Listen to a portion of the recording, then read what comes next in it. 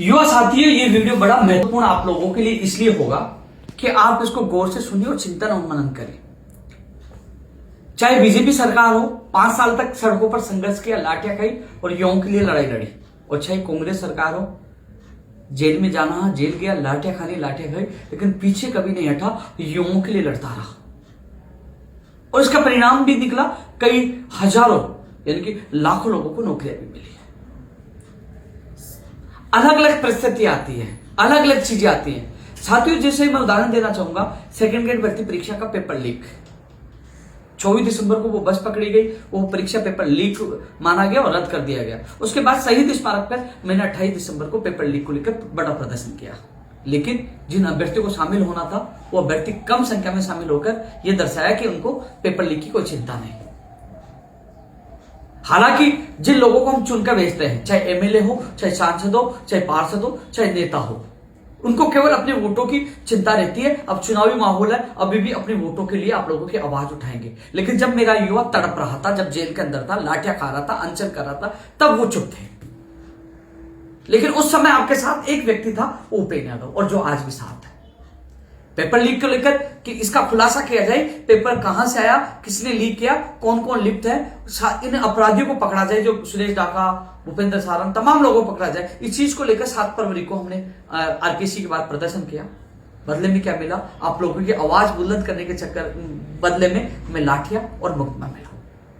और आज भी मैं आप लोगों की आवाज बुलंद कर रहा हूं। लेकिन जिन लोकतंत्र में हम जिनको वोट देकर चुनकर भेजते हैं, वो चुप रहते हैं, वो आवाज बुलंद नहीं करते हैं। जब मुझे जेल में डाला जाता, एक दो लोगों को छोड़कर, सम्मानीय व्यक्तियों को छोड़कर, ये लोग घर जाकर बैठ जाते हैं, ये आवाज बुलंद नहीं करते कि उपेंद्र यादव को बाहर निकालिए, वो निर्दोष है, युवाओं की आवाज उठा रहा है। या मेरे युवा साथियों पर लाठीचार्ज होता है, उन पर लाठीचार्ज करने वालों पर कार्रवाई की जाए, कोई नहीं बोलता।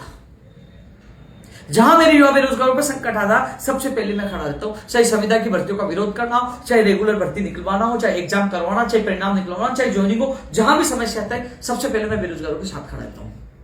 स्कूल व्याख्याता भर्ती परीक्षा के परिणाम जारी होना शुरू हुए थे, लेकिन अचानक रुक गए।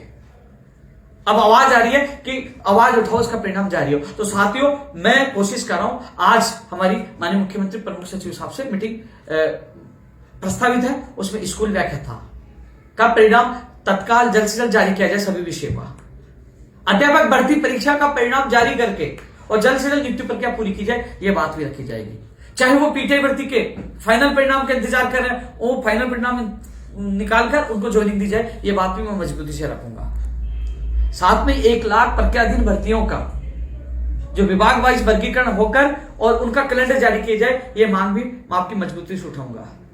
साथ ही वो दिन मुझे आज भी याद है कि 10 फरवरी को जब बजट आया था, एक भी भर्ती की घोषणा नहीं हुई थी। एक भी नेता ने ये नहीं कहा कि युवाओं के साथ धोखा हुआ, युवाओं के नाम पे जो बजट आने वाला था, युवाओं के लिए नौकरी नहीं है। मैं पहला व्यक्ति था जिसने अन्न त्याग कर दिया था और कहा था कि जब तक मुख्यमंत्री घोषणा नहीं करेंगे तब तक मैं अन्न ग्रहण नहीं करूंगा। और 15 फरवरी को शहीद स्मारक पर हमने मोर्चा खोला, और 16 फरवरी को सरकार ने, माननीय मुख्यमंत्री जी ने 1 लाख भर्तियों की घोषणा की, और उन्हें 1 लाख भर्तियों को वर्गीकरण के लिए अभी भी हमारा संघर्ष जारी है। और जो प्रक्रियाधीन भर्ती है, उनके लिए भी हमारा संघर्ष जारी है। यानी कि जिन लोगों को जिताकर भेजते हो, जो लोकतंत्र में जो अपने आप को बड़ा नेता कहते हैं, वो आपकी जब मांग आती है, जब पेपर लीक होता है, युवाओं के सपनों को बेचा जाता है, युवा सड़क पे होते हैं, अनशन करते हैं, लाठियां खाते हैं, वो चुप हो जाते हैं, कोई नहीं बोलता। लेकिन अब मैं आपको कह दूं, अब चुनाव आगे, हर कोई युवाओं को आवाज उठाएगा, युवा हितैषी बनने की कोशिश करेगा। लेकिन साथियों, एक चीज आप लोगों को समझना होगा। मैं देख रहा हूं कई लोग कह रहे हैं सेकंड ग्रेड भर्ती परीक्षा पेपर लीक, कई कह रहे हैं सीएचओ भर्ती परीक्षा पेपर लीक। साथियों, सेकंड ग्रेड भर्ती परीक्षा के लिए पेपर लीक को लेकर 28 दिसंबर को सबसे पहले आवाज उपेंद्र यादव ने उठाई, और सही आरपीएससी के सामने जाकर लाठियां खाई, और सबसे पहले आपकी आवाज बुलंद करने की कोशिश मैंने की। और वही सीएचओ भर्ती परीक्षा पेपर लीक को लेकर सारे सबूत सौंपे और आवाज मैंने उठाई। यानी कि हमेशा मैं आपके साथ खड़ा रहता हूं। लेकिन कई परिस्थितियां होती है कि पेपर लीक का मामला अलग है, लेकिन जो लोग इंतजार कर रहे हैं भर्तियों का, मैं कुर्सी पे बैठा हूं, जिस संगठन का मैं अध्यक्ष हूं, मेरी जिम्मेदारी है कि एक काम अटक गया तो कम से कम अन्य काम तो कराऊं। जो लाखों बेरोजगार इंतजार कर रहे हैं, अन्य भर्तियों का, 1 लाख भर्तियों का जो इंतजार कर रहे हैं, उस इंतजार को पूरा खत्म करवाने के लिए मैं प्रयास करूं। ऐसा नहीं मैं सेकंड ग्रेड भर्ती परीक्षा में चलो ठीक है, लोग नहीं आ रहे तो मैं उसके पीछे पड़ा रहा हूं और को भूल जाऊं। मेरी जिम्मेदारी बनती है हर युवा की आवाज उठाना। जिस कुर्सी पे बैठा हूं, मजबूरियां भी होती है। लोगों जो युवाओं की जो उम्मीदें हैं, उनकी उम्मीदों के लिए खरा उतरने के लिए प्रयास करना पड़ता है। कंप्यूटर अनुदेशक भर्ती, बेसिक कंप्यूटर अनुदेशक भर्ती की चयनित अभ्यर्थियों की ज्वाइनिंग होगी। 1300 प्लस ओनली काउंसलिंग वाले बच्चे, उनके भी आदेश इस महीने में जल्द कराने के लिए मैं प्रयासरत हूं। लाइब्रेरी और प्रयोगशाला सहायक भी जल्द हो जाएगी। हर भर्ती को प्राथमिकता के तौर पर धीरे धीरे मैं पूरी करवा रहा हूं। हर युवक के सपनों को पूरा करने की कोशिश कर रहा हूं, लेकिन साथ में वो संस्कृत शिक्षा विभाग हो, चाहे सामान्य शिक्षा विभाग हो, चाहे पंचायत राज विभाग हो, अलग अलग विभागों में 1 लाख भर्तियों पर भर्तियां निकलवाने के लिए मैं प्रयास कर रहा हूं। और वो जो पहले बजट की घोषणाएं हैं, चाहे पंचायत राज जैन हो, चाहे कनिष्ठ अनुदेशक हो, चाहे बिजली विभाग की भर्तियां हो, तमाम विभागों में भर्तियां निकलवाने के लिए मैं प्रयास करता हूं।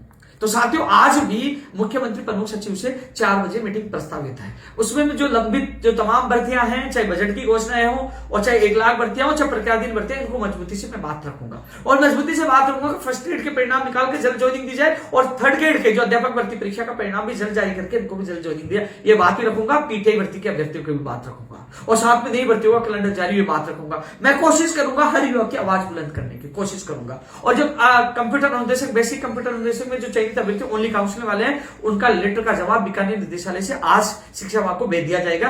निदेशक महोदय जी से मेरी संबंध में बात हुई है, तो जल्द आपके आदेश जारी करवाने के लिए मैं प्रयास करता हूं कि एफिडेविट लेकर आपके ज्वाइनिंग का आदेश हो जाए। तो आप चिंता न करिए, आप लोगों के लिए कितनी भाग दौड़ की आपको सबको पता है। तो साथियों, चाहे चिकित्सा विभाग हो, कोई सा विभाग हो, तमाम विभागों में 1 लाख भर्तियों की घोषणा की थी। उनका वर्गीकरण हो, उनका कैलेंडर जारी, उसके लिए प्रयास करता हूं। तमाम युवाओं के लिए लगातार संघर्ष किया है, लेकिन कई लोग फर्स्ट ग्रेड अलग अलग भर्तियों का नाम लेते हैं, लेकिन सोचिए एक व्यक्ति हूं और हजारों युवाओं की समस्या, लाखों युवाओं की बातें सुनता हूं, कितनी तरह की भर्तियां, अलग अलग विभाग है।